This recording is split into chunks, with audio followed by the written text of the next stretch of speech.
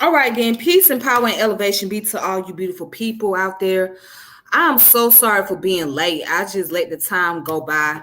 So today's topic, I just decided to really like put this into focus.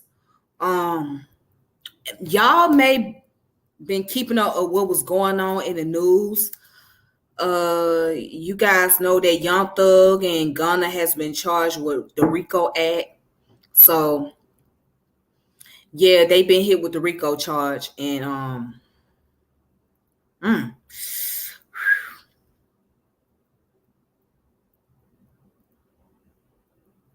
only thing I could say is it's very heartbreaking. It's really heartbreaking, especially on Young Thug's behalf, because this this man done lost his one of his baby mamas to a gun violence at the bowling alley, and um I mean, before I even get started, I just want to say thank you to everybody that has been tuning into my channel, subscribe to my channel, etc.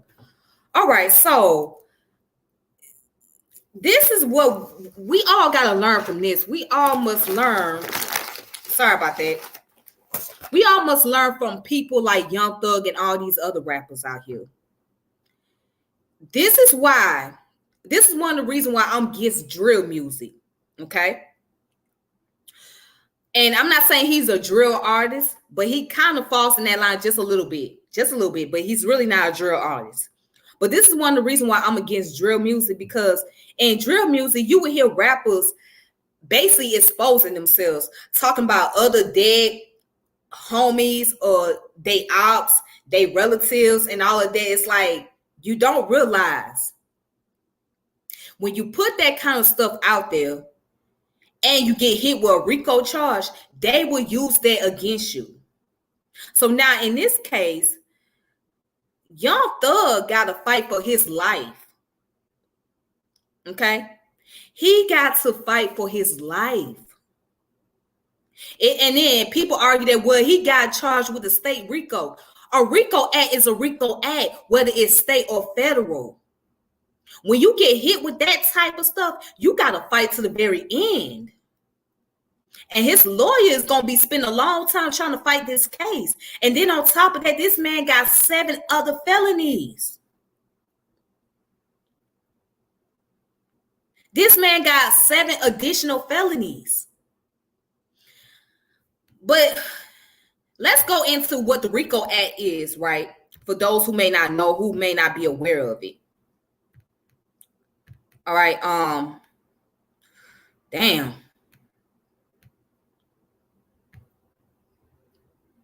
Okay. So you guys can look this up.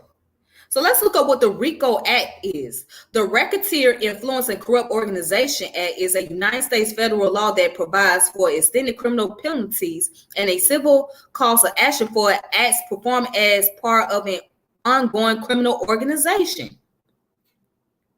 Okay? And it says that RICO was enacted by Section 901A of the Organized Crime Control Act of 1970, enacted October the 15th, 1970, and is codified at 18 USC Channel 96.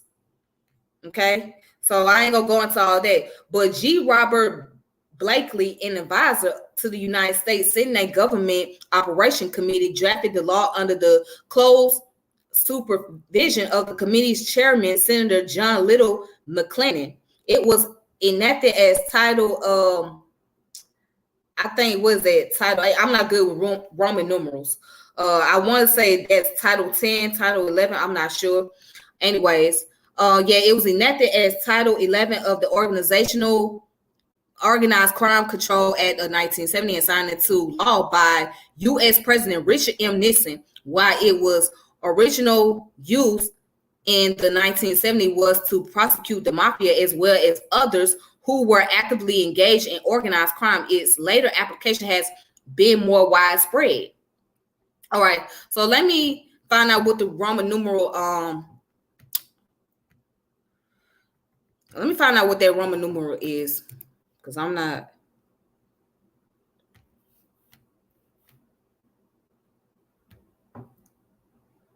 Okay, I'm sorry. So,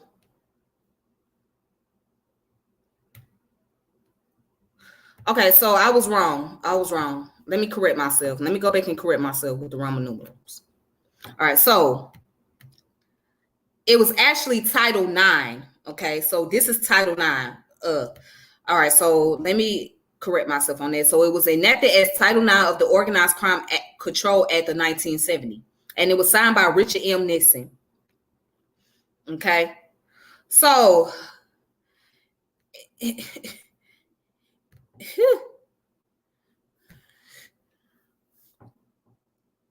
then the RICO Act doesn't just pertain to just mafias. It's also pertaining to those who have religious organization, who also have social movements. I mean, if you look at the years of the Black Panther Party, some of those members was charged with RICO Act. Dr. Malachi Z. York got charged with RICO Act. Y'all think it's like people don't understand this kind of stuff is serious. And it's not an easy case to beat. And I mean, his lawyer gonna have to fight tooth and nail. His lawyer gonna have to fight tooth and nail for this. I mean, unless he got a Johnny Cochran type of lawyer, and I don't think his lawyer is a white man. And I don't think he a Johnny Cochran type, but man, you can't just you just can't. You can't be gang banging in your lyrics, bruh. You know what I'm saying? Whatever beef that you may have with another artist, you need to figure out how to squash that shit. Because it's articles saying that he done gave green lights to other members that was part of YSL to do an attempted murder on another rapper that he was beefing with. I mean, just think about, is it worth it? Is it really worth all of this? And then now on the top of that, 26 other members, 26 other people, that's including his artists that signed to his label, they're locked up too.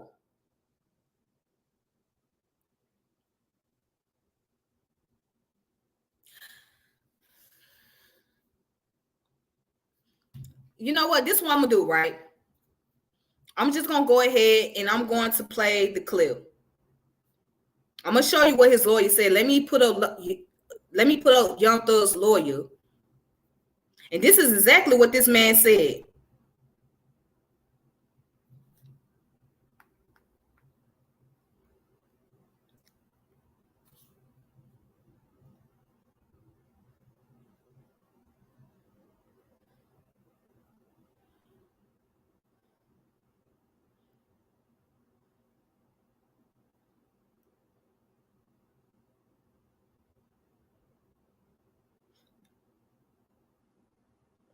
But you know what? Let me see something.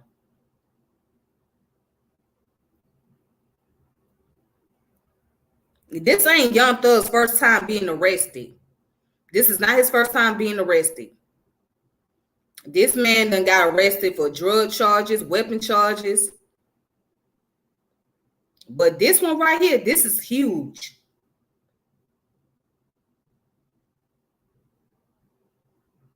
Now listen to what he said.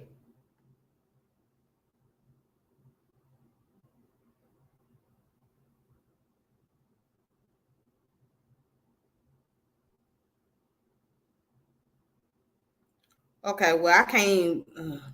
Let's see.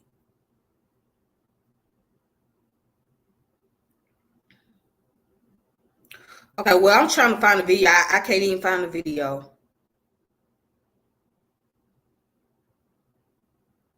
All right, but here's the press conference. Okay, so here's the press conference right here. It says Young Thug and 27 other charged in indictment. So let me just pull up the press conference. All right, hold on. Just got this check for $26,000 from me.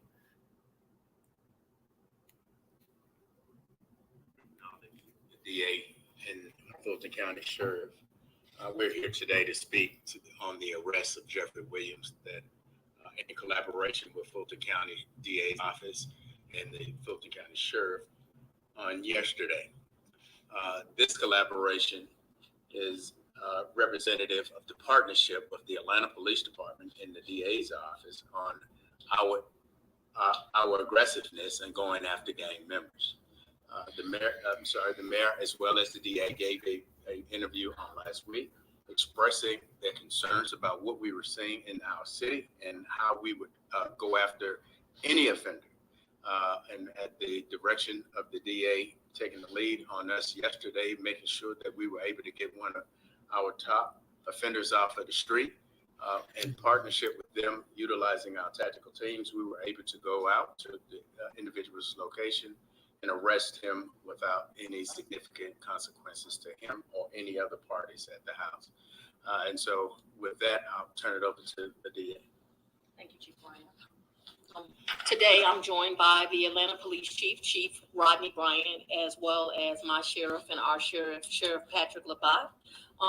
We are here today about a grand jury indictment that was returned that included not just Jeffrey Williams, which is of some notoriety and media attention, but about 28 defendants that operated within our community between the time period of 2012 and 2022.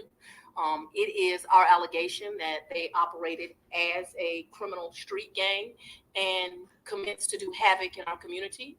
That havoc includes crimes of violence, crimes of thefts, crimes involving drugs. I've made no secret about it, nor any apology that as the district attorney of Fulton County, my number one focus is targeting gangs. And there's a reason for that. They are committing conservatively 75 to 80% of all of the violent crime that we are seeing within our community. And so they have to be rooted out of our community. I said just a week or two ago, it does not matter what your notoriety is, what your fame is. If you come to Fulton County, Georgia, and you commit crimes, and certainly if those crimes are in furtherance of a street gang, that you are going to become a target and a focus of this district attorney's office, and we are going to prosecute you to the fullest extent of the law. I agree with Chief Bryant. What you see yesterday and what you will see in the upcoming months and years is the result of a lot of hard work by both the Atlanta Police Department and this office. We are proud to bring forth this indictment and hopefully to bring justice to a lot of the community who was victimized through the course you see in this indictment. But more importantly, the most important thing that we are here to do is to keep this community safe. And we believe removing these 28 defendants will keep Fulton County safer. It takes a lot of courage to admit that you. Damn.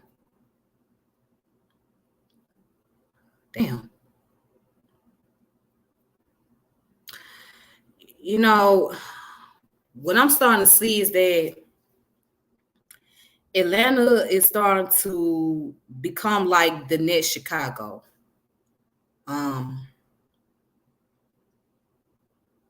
It's starting to become like the next Chicago.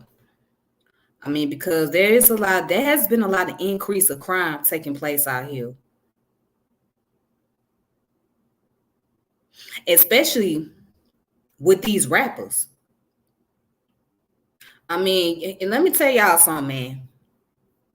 You know, out here in the A, they don't, like, rappers think that, oh, they are very safe.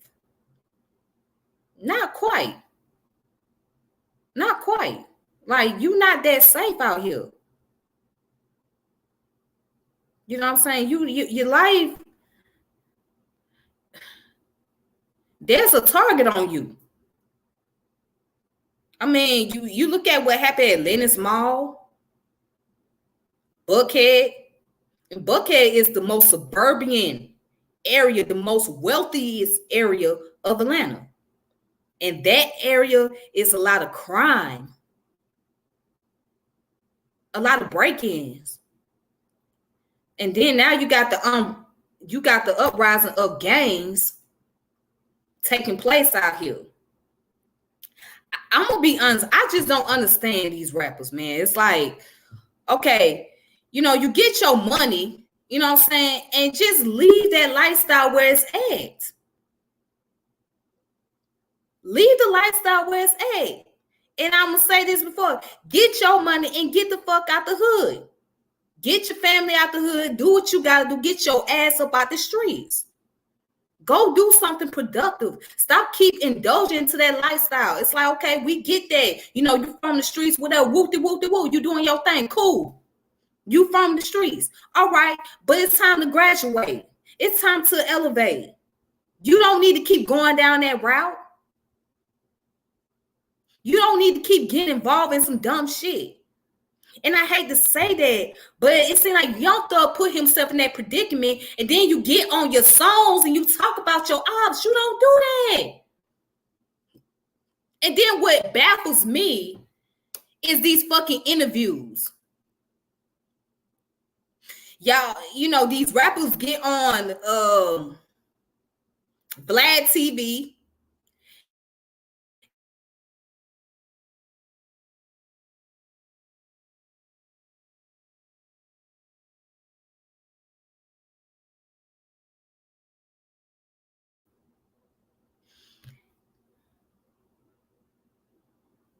They get on TMZ. They get on all these different.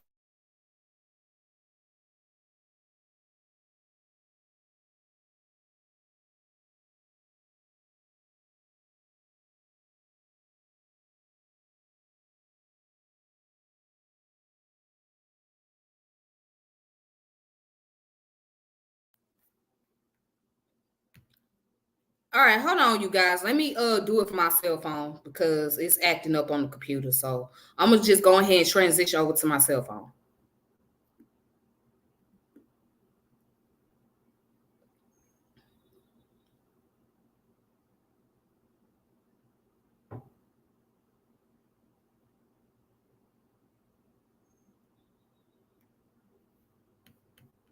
All right, let me go ahead and transition over to my cell phone.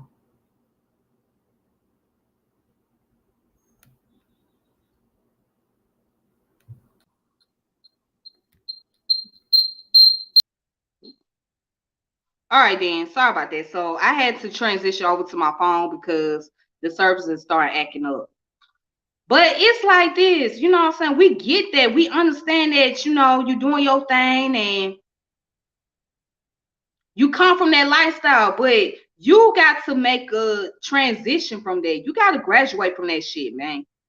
Like, you can't keep going back to that shit because now you're setting yourself up. And I hate to say that Young Thug has put himself in that predicament.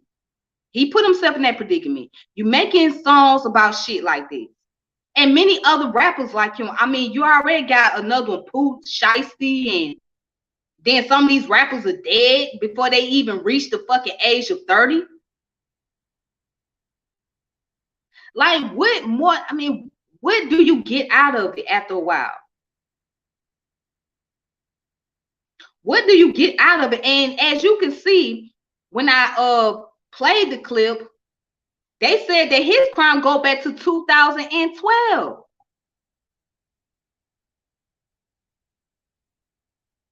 And bro, you think because you a celebrity that you untouchable? No. And I hope that this be the lesson for all the upcoming rappers out there to let them know that y'all can't just think that y'all gonna do fuckery and that shit won't catch up to you. Or y'all can't be out here doing whatever and that these folks ain't watching you. And I hate to say this as well. I can guarantee you that somebody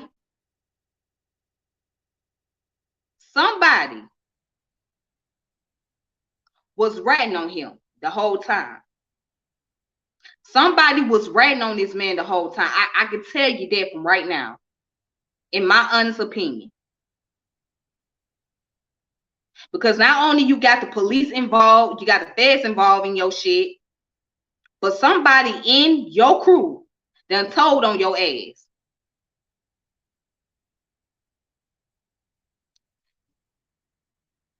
This street shit ain't built for everybody. Everybody is not made for this. Everybody's not made for it. Everybody's not built for this shit. Everybody's not built for this lifestyle. So it would be better to be a so-called square. It would be better to be a civilian. You know what I'm saying? Because at least you ain't got to worry about the police watching your ass every single time. You ain't got to worry about, oh, if you can't go into this area, or you got to show paperwork to prove that you ain't no snitch and all of that. You know, when people start shaming folks and calling them squares and shit, well, guess what? Hey, I'd rather be that square. I'd rather be that square, because why would I want to keep giving into a dangerous game? This is a game of chess. This is not a game of checkers. You can't just play checkers out here. And obviously, Young Thug was playing checkers. And he was not playing chess. This is a game of chess that you're playing. A dangerous one at that.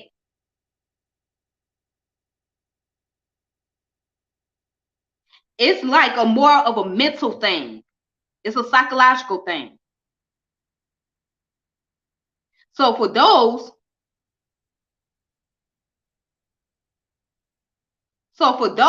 who think they really got it bad and they really that gangster, okay, if you that gangster, are you willing to take that risk? Are you willing to go through that RICO Act? Are you willing to look at 25 years to life? Are you willing to look at multiple felony charges, a long rap sheet,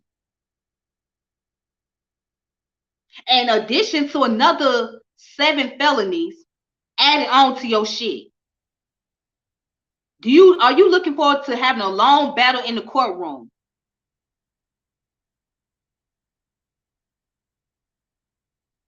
I mean, this ain't gonna take this not gonna take 6 months. You looking at years. This shit gonna take years to fight. This going to take years to fight. His lawyer gonna have to put up a major fight for this. And only thing he can live off of is hope.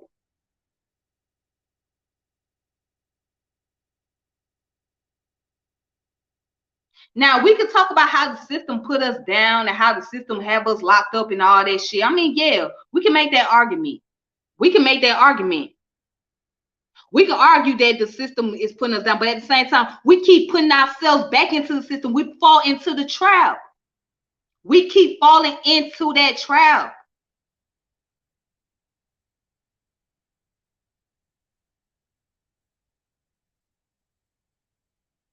If you fall into that trap, then guess what? They're going to put your ass in there. These folks been watching this boy since 2012. They've been keeping track of him since 2012. A 10-year of information. But then these rappers want to get on Vlad TV and run their mouth. Then you got niggas like Lil Boosie get on there, run his goddamn mouth to Vlad. Like, why the fuck is you on there run your goddamn mouth? Do y'all know that when niggas get on Vlad TV, they exposing themselves? Vlad sit back and he asks all these questions just so niggas can goddamn expose themselves. Same with DJ Smalls. DJ Smalls be asking like personal questions, deep questioning, just so these niggas can expose themselves, and they get paid off of that. Then there's another one called, what's that shit called? Let me look it up. I'm gonna show y'all the channel. I'm about to show y'all the channel in a minute. Hold on.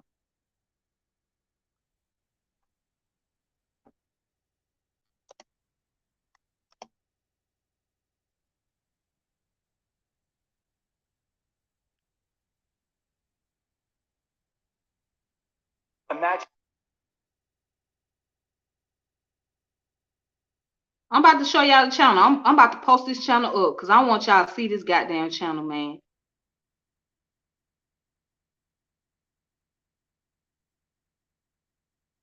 Hold on, let me.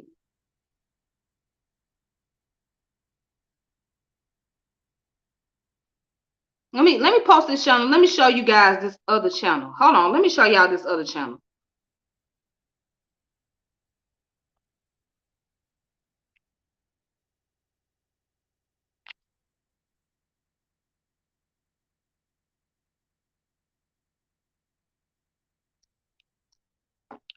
This channel right here. This one. This channel. This guy here. What's his name? Trap Lord Ross. Trap Lord Ross. This white dude right here. Exposing y'all motherfucking asses. Telling y'all goddamn business on here, man. He giving rundowns and shit. I mean, like, this man's giving all the rundowns.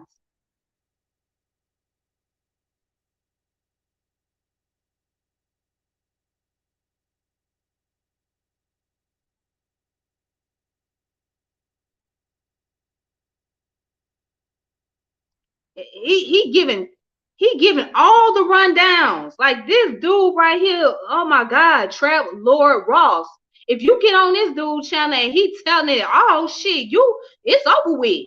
You know what I'm saying? The prosecutor, they don't even have to goddamn get witnesses. They can just go on your social media platform. They can goddamn go on YouTube and find shit. They can go on WorldStar and find shit. Man, y'all just don't know. These motherfuckers will set y'all asses up. I mean, this white dude is going into all the details like he know everything. That's some fucked up shit right there. That's a trap.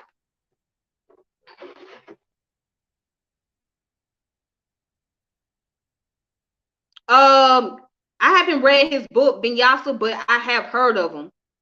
I haven't read Bobby E. Wright book, but I've seen his video, like one of his lectures. But I'll be sure to check my inbox for that. No jumper. Off the porch. Y'all can't just be going on these platforms running y'all damn mouth, man. Y'all niggas go on these platforms and run y'all mouth and tell everything.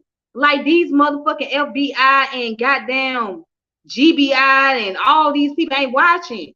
They is watching y'all, man. Y'all can't just go in there and just say some stuff. I think I sent it to your Facebook Messenger as one paragraph that will really go into subject and highlight some good brain food. Okay, I'm about to check it right now. Came in on Vlad TV. Nobody mentioned DJ Small. You in tune with the youngsters? Yeah, because I used to watch DJ Smalls, and then I had to fall back on watching him because the certain question that DJ Small was asking, and he was doing it on purpose. It was like those self-incriminating questions that he was asking these rappers. I'm like, bruh. I'm like, this is a trap. This is a trap here. These people would ask self-incriminating questions to these rappers instead of focusing on their music career and focusing on, you know what I'm saying? It's okay, you ask a little bit about their background. That's one thing. But when you start getting too much detail as far as like what they, you know, what they did and what type of crime they've done committed, et cetera, and who they affiliated with and all that, then you trying to get them to tell on themselves. And one of two things can happen. Either somebody end up gonna get killed or somebody gonna end up going to prison. And these platforms, they don't care. They make a profit off of that shit. They don't care.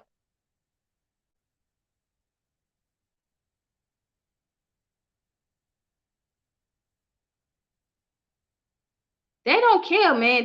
They don't care. Like, right, Chauncey, it's some non-black platforms. Like, they don't care. Like, they will use those platforms as a way to like use it against you. And then, man, it's like it's really fucked up. It's really fucked up.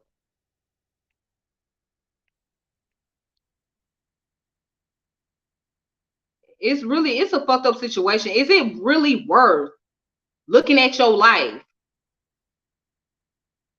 And now you gotta ask yourself, am I going to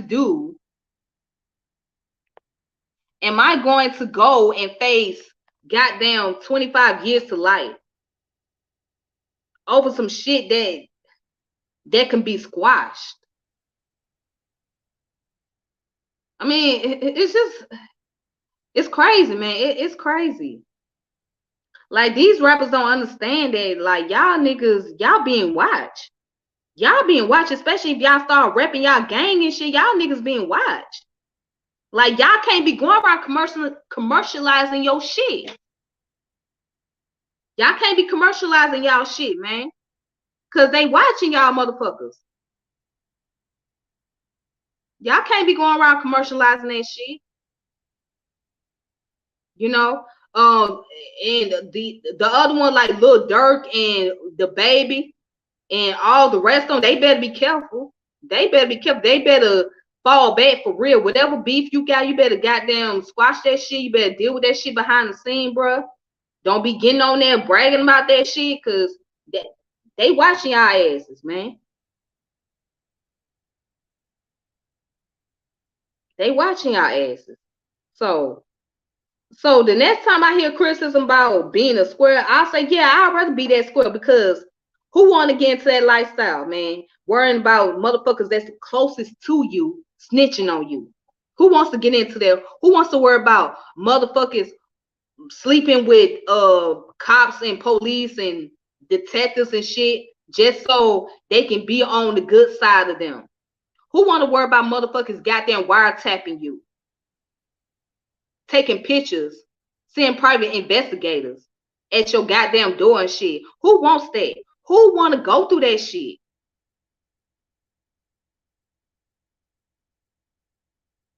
Now I can see that if you do something because you got to protect your family and there's self-defense is involved in this shit, okay, that's different. You gotta do your thing, self-defense, protect your family, etc.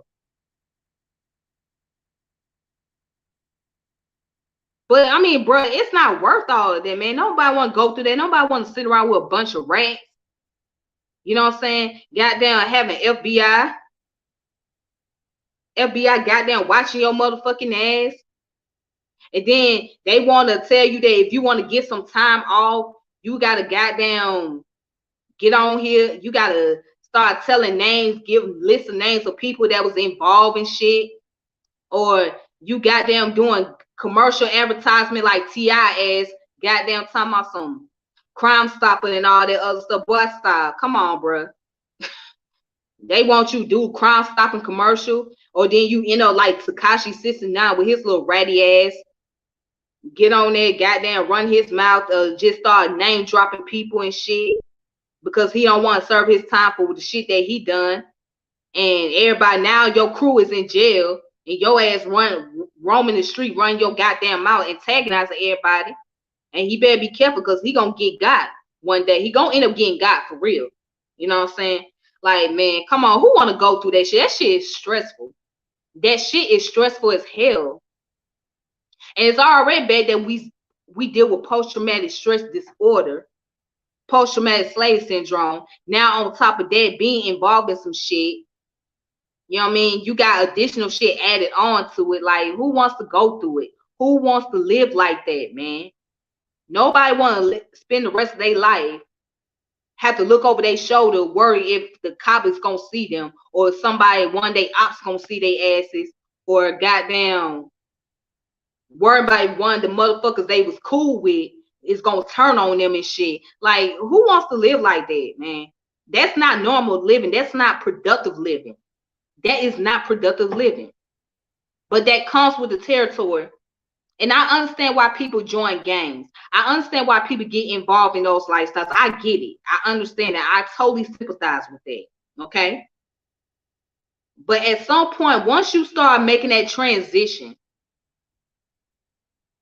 and you know, once you start making that transition to leave your environment, you gotta want to do better. You know, I know it's hard to let go of a lot of things, but you gotta want to do better. You gotta be more productive. You may have to change your circle around. You know what I'm saying? You may have to cut some people off. You're going to have to do that. Even if it means you have to call certain family members who don't have your best interests, who don't even look out for you as much as you look out for them, that's what you're going to have to do. You're going to have to change your circle around once you make your transition.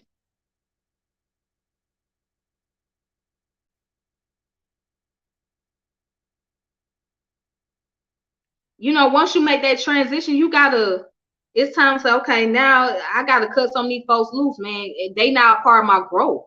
They're not part of my productivity. They just basically set me back.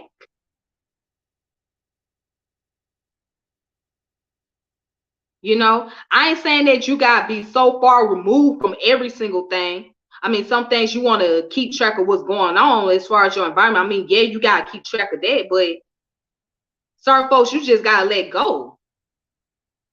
You got to let go. Some people, you gotta change your circles, man.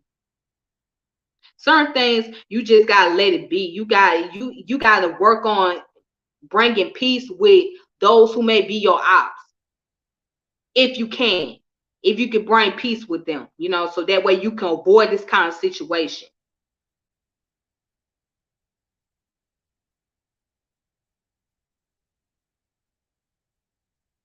Because otherwise, you're gonna put yourself in that trap, and then once you're in that trap, you can't get up out of that shit.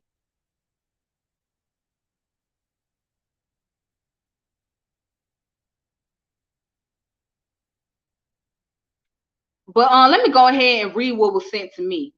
All right, so this came from Bobby E. Wright. Shout out to Brother Vinyasa. He sent me something. All right, it says, Black independent schools are important not only for how they teach, but for what is taught. Their purpose of instilling within Black children an African worldview is the most important activity those children will ever experience. Black parents whose children are not in independent schools should, at a minimum, expose them to a well-structured supplemental Black educational program.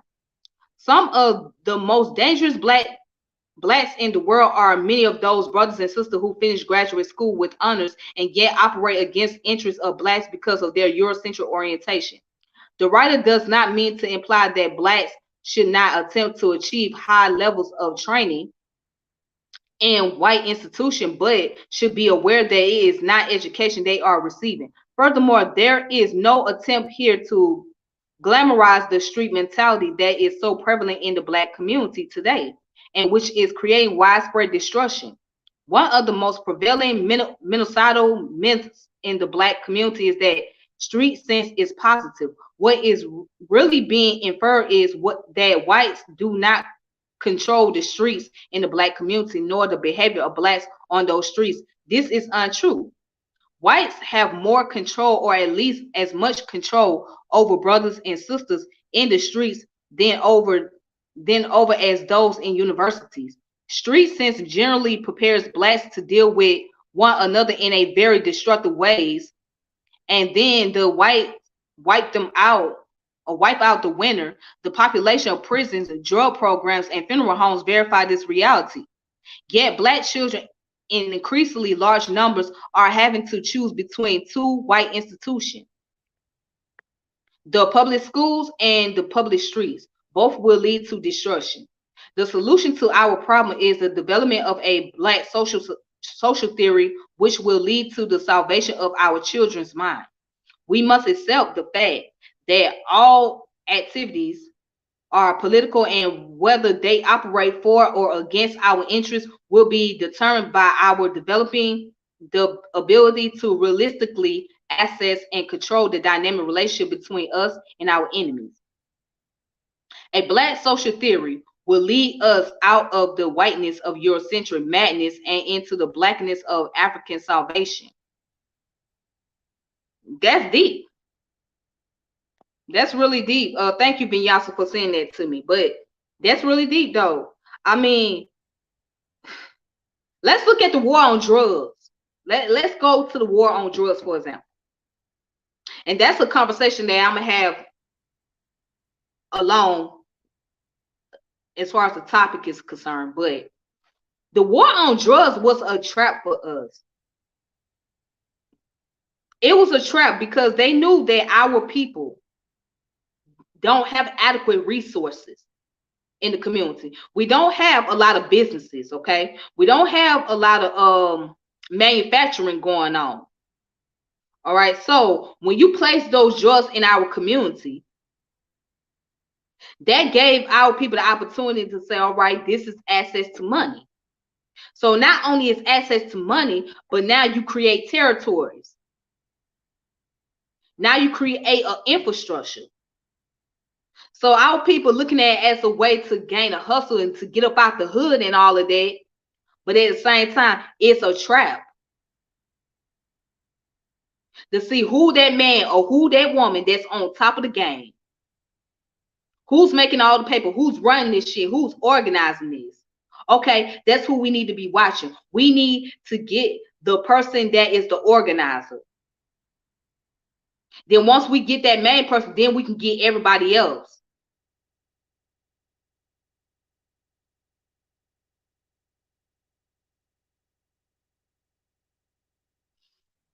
I mean, that's what it is. It's a trap. Little Mama said the best. Shout out to Little Mama. A lot of people don't like Little Mama, but she said something that was of substance. She said, you're not really trapping. You was born in a trap. You're not really trapping. You was born in a trap. And she also mentioned statistics will show you where you die, where you at. Statistics will show you you will die where you at.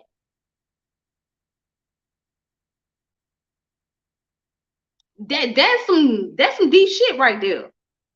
You already caught up in the trap. You already caught up in the trap because for one, you're black. You know, 9 times out of 10, you belong to a group that are impoverished, that dealt with multiple discrimination, that dealt with slavery. And now, when you got drugs in your community, that creates more problem. Then you got gang violence. You got gangs going on. That creates more problem. It is not only a physical trap, it's a psychological trap. This is a psychological trap that we're in. Okay? We're psychologically caught up in this.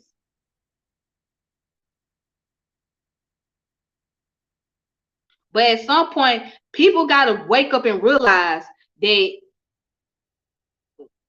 once you see what the government is trying to do, now you can play the game smarter. You can move differently. But if you're not paying attention to what they're doing and how they're doing it, then you're not going to play it differently. If you caught up on your fame, if you so engulfed on your fame, on your celebrity status, and your fortune, you're going to be sidetracked. You're going to think that nobody can touch you. Yeah, hell, Nicky Barnes thought that he was untouchable for a long time. He thought, I am untouchable. He done made it to Time magazine and everything. But reality kicked his ass and said, no, you thought you was untouchable. We've been watching your ass, nigga. We've been watching how you move. We waited to the opportunity to get your motherfucking ass. Now that we got your ass. And guess what he did? When they got his ass, he was standing in the courtroom wearing a black sheet over his face. And he started snitching on everybody. He started telling on everybody that was in his organization. So you done went from being untouchable to being a big snitch, the top snitch.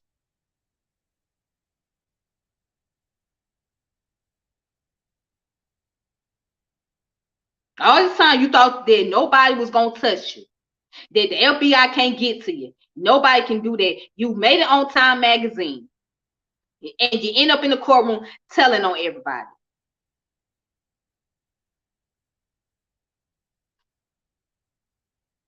So at the end of the day, this is where your loyalty is being tested. This is what people really have to ask about your credibility. Are you really that street nigga that you claim to be? Are you really that gangster that you claim to be? Are you really about that shit? Because now the pressure is on. Now this is where your loyalty is really being tested. Once you stand before that judge, once you serve that time behind that prison wall, once you got your back held up against the wall, now your loyalty is tested. Are you really them motherfucker? Are you that motherfucker that you really say you are? Are you really that nigga? Are you really that boss? Let's pull back the layers. Let's pull back the sheets for a moment. What are you really? So now when you go in there with other inmates, motherfuckers asking you where your paperwork at. Oh, let me see your paperwork. Let's make sure you ain't no rat. Oh, now you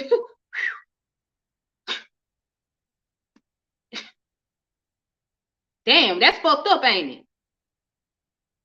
And now I used to watch documentaries about mafias and mobsters, especially those Italian mobs. At the end, all those kingpins, right? Those big time kingpins, when it came time to that pressure, they turned out to be suckers. I hate to say it. They turned out to be suckers. They turned out to really show their true colors. They showed that at the end, they wasn't really about that shit. They couldn't ride it out at the end. They couldn't ride it. So a lot of them end up turning to snitches. They end up getting killed and got caught slipping, or they end up turning to snitches. They end up surrendering. They say, you know what? Look, I will give you all the answer. What do you want? They start telling everything. So down, and these are the same ones that preach that loyalty shit. These are the same ones that preach that loyalty. Tell you gotta be loyal. There's a code that you follow. You gotta follow this code. You gotta follow this you gotta follow this routine. You gotta follow this step, etc., etc. You gotta follow all of this. Okay, you don't follow the code, right? You don't follow all the steps, but then guess what? You turn around, you find out that the person that's the leader, that's the head of your organization that you was a part of, turned out to be a damn snitch. So now you ask yourself, well, what was the code really about? Is there really a such thing as code, being on G code? Is there really a such thing as goddamn showing loyalty? Where's the loyalty at? You preach that loyalty to us and you threaten our lives with this shit, but now you turn around and you do the same shit. That's the chess game right there. That's the chess game that is being played. And I mean, I can go on and on and on because there's a lot of stuff I can go on about, but I would be sitting up in here maybe about 2 hours talking about this. But anyways, what can we learn from Young Thug's situation? What can we all learn from Young Thug's situation? Well, I can tell you what we can learn not to do. We can learn not to put it into our music. We can learn not to be loud with it.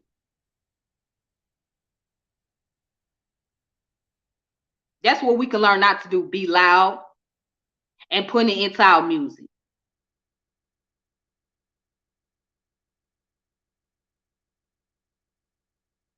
And we can learn not to go on platforms and discussing certain things.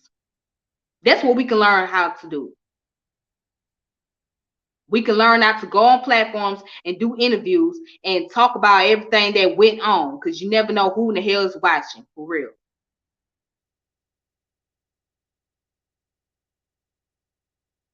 That's what we can learn not to do.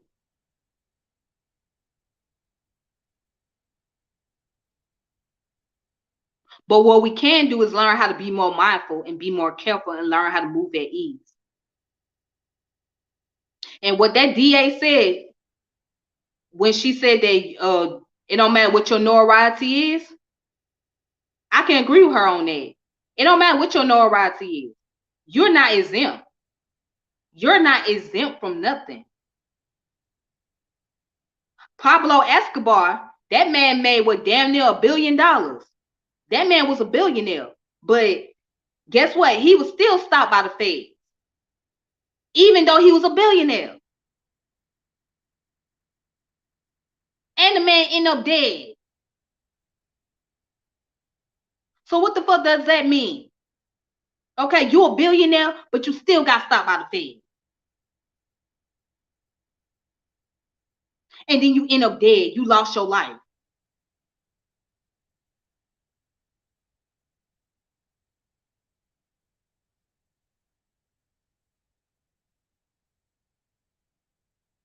I mean, come on, man. It seemed like maybe Young Thug did not learn from those original gangsters, those who came before him, and what they was doing out here in the street, how they was fucking up.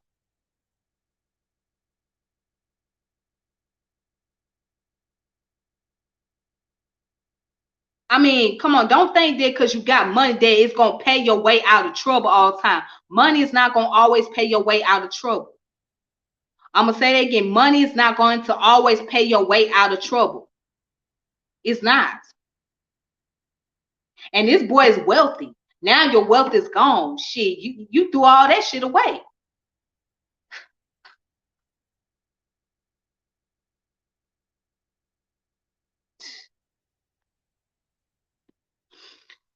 Man, damn.